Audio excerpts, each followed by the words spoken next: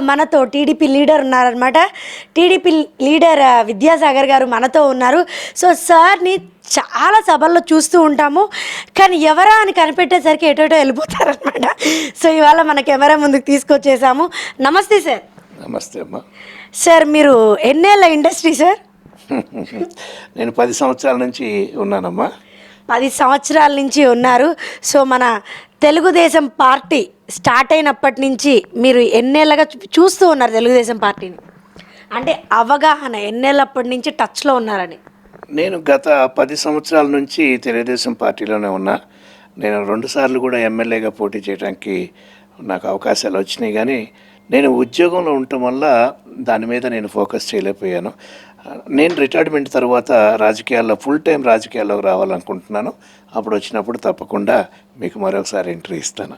Okay sir, ఇప్పుడు నేను మిమ్మల్ని యాజ్ ఏ పొలిటికల్ లీడర్గా కాకుండా ఒక కామన్ మ్యాన్గా, ఓకేనా, నేను కొన్ని క్వశ్చన్స్ అడుగుదాం అనుకుంటున్నాను. మీరు టక్క అంటే ఆన్సర్స్ చెప్పేసండి సార్. ప్రస్తుతం చూస్తూ ఉంటే అసెంబ్లీ సమావేశాల మీద మీ అభిప్రాయం ఏంటి సార్?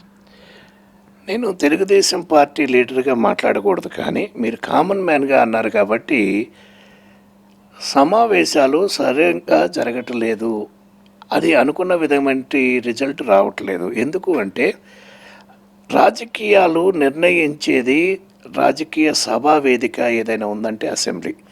ఈ అసెంబ్లీలో ప్రతిపక్ష నాయకుడు రావాలి, అధికార పక్షం వాళ్ళకి ఏదైతే తప్పులు ఉన్నాయో లేవనెత్తి తెలియజేయాలి, ఆ తప్పులు సరిదీయటం కోసం వీరు కూడా ముందుకు వెళ్ళాలి, అలాగే పబ్లిక్ కూడా ఒక మెసేజ్ పంపించాలి.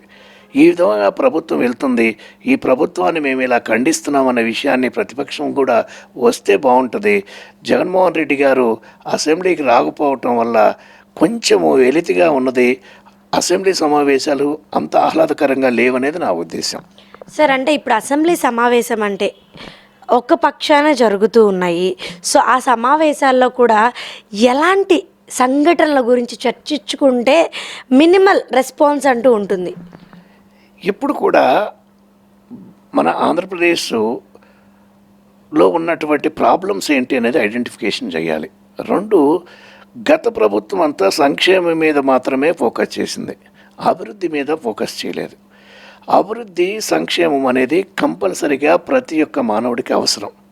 కానీ ఈరోజు మన తెలుగుదేశం ప్రభుత్వంలో కూడా ఏదైతే సంక్షేమంతో పాటుగా అభివృద్ధి కూడా తీసుకువెళ్ళాలని శ్రీ నారా చంద్రబాబు నాయుడు గారు ప్రయత్నం చేస్తూ ఉన్నారు. కనుక దీనికి రిజల్ట్ కొంచెం లేటుగా రావచ్చు, కానీ పూర్తిగా సంక్షేమానికే కట్టుబడి ఉండకుండా అభివృద్ధి వైపు కూడా ముందుకు వెళ్తూ మంచి ఫలాలు ఇవ్వాలని మన యొక్క నారా చంద్రబాబు నాయుడు గారి యొక్క ఆలోచన.